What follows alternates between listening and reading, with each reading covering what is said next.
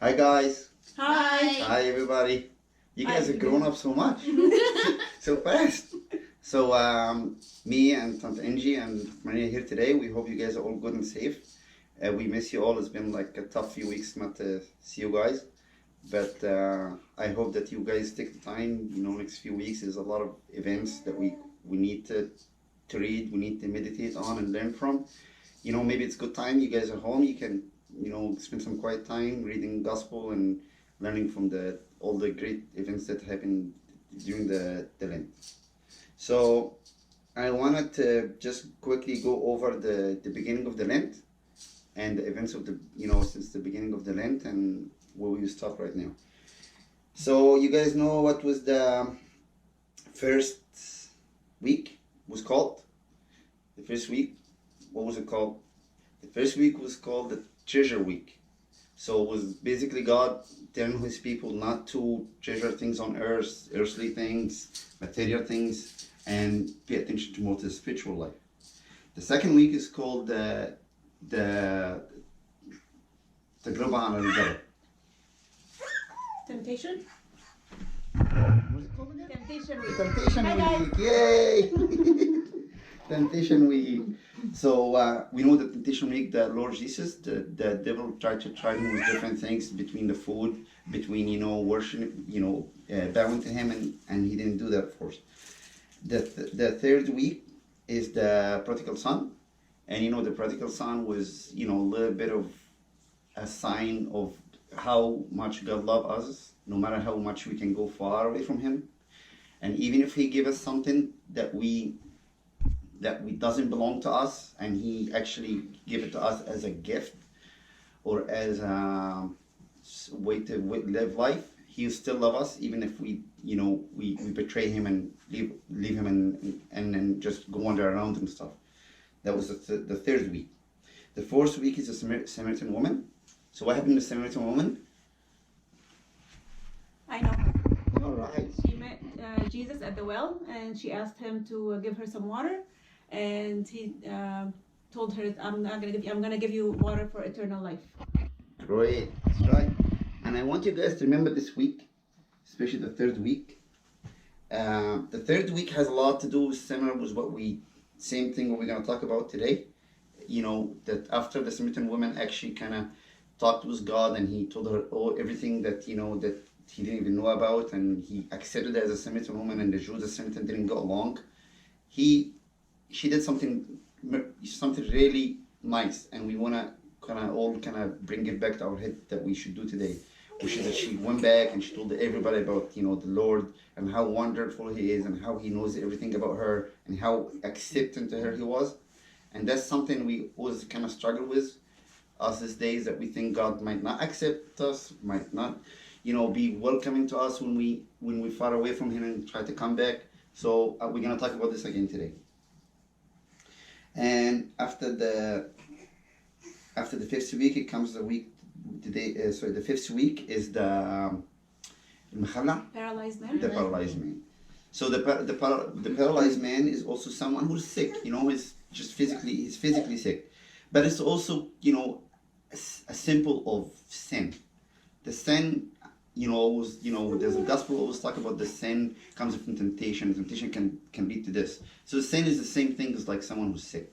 If you're sick and you're not healed, and nobody's willing to cure you, these days all around us, there's all kind of viruses and infections and stuff. It's a disease, right? Nobody's willing to come up with a solution for it, for people to be cured. People die, and that's our case. So Jesus comes in, he sees someone who's sick, he cures him, but this person has to come back to him. So today we're going to talk about the baptism, the man born blind. And in the old days, the man born blind, or that week, the sixth week, it was a very popular week for people we call like the newcomers. Because as you guys all know, we are born with Christ during baptism. And if we're not born with him, we cannot be as him. We have to be exactly as in his image. The Lord got baptized, we have to get baptized. So during this week, stopped at when Jesus answered everybody, and he's looking at everybody in the eyes and say, neither this man or his parents sinned. It's just because the works of God should be revealed in him. So a lot of times God is in front of us. We looking for him to defend us. We're looking for him to support us because we know something is missing, and we're not sure why is it missing. Why something's going wrong, but he's the first one in the front line to defend. Jesus was in the front line to defend people he knows and people he doesn't know. People who are sick and people who are not sick. People who have something missing and people who doesn't have anything missing. So what's about the works of God should be revealed? The revelating of things only happens when we ask for it. That's why there's so many verses in the gospel about ask and you should receive. You knock and you should open the door. There's the revelating of things in our soul is only by us asking and by us doing. It doesn't happen on its own. So the first thing you see happen here is God spitting on the clay and making a little mud and give it to the man and to put in his eye. So this is some sort of revealing. Revealing of creating, revealing of a miracle is going to happen, revealing of some sort of work. Same thing for us. There is a lot of tools around us, whatever it is. For us, there's the Bible, there's a church. There's a lot of revealing in those things. We don't use them. So we are blind. That's why we are blind, because we're not using them. This man, who obviously didn't know Christ, he didn't know he was God, he didn't know that, he's the Messiah, he didn't know anything. But he know that, if he maybe obey this man, something gets revealed to him. He's been blind all his life. Why not try, right? So he goes and he listens to God. He takes the clay and the mud and put it in his eye, and then God tells him something that a lot of us sometimes we have struggle with, is to go this extra mile. God came the extra mile for this man in front of everybody, defending him, and people were looking at him like, "You coming in?" And I'm not sure if this was an Sabbath or not, but if it was, that's even another problem. But who is this man who are creating things? This is only God can do this. This is what the Jews always had a problem with, believing that God can do all this kind of stuff. He can reveal things, he can create things, he can change people. So he didn't go to the pool of Solomon, which translate from the word Hebrew is to do what? Sent. Send. Like the email. Send. This is sent. Unfortunately, we get sent. We as people, we get sent in our way to do a lot of things, but usually it's not to our own growth. This man was sent somewhere, which is, when I looked in the map, it happened to be, it says here in the explanation that it's the outskirts of Jerusalem. So he went his way out. This guy went in his way out.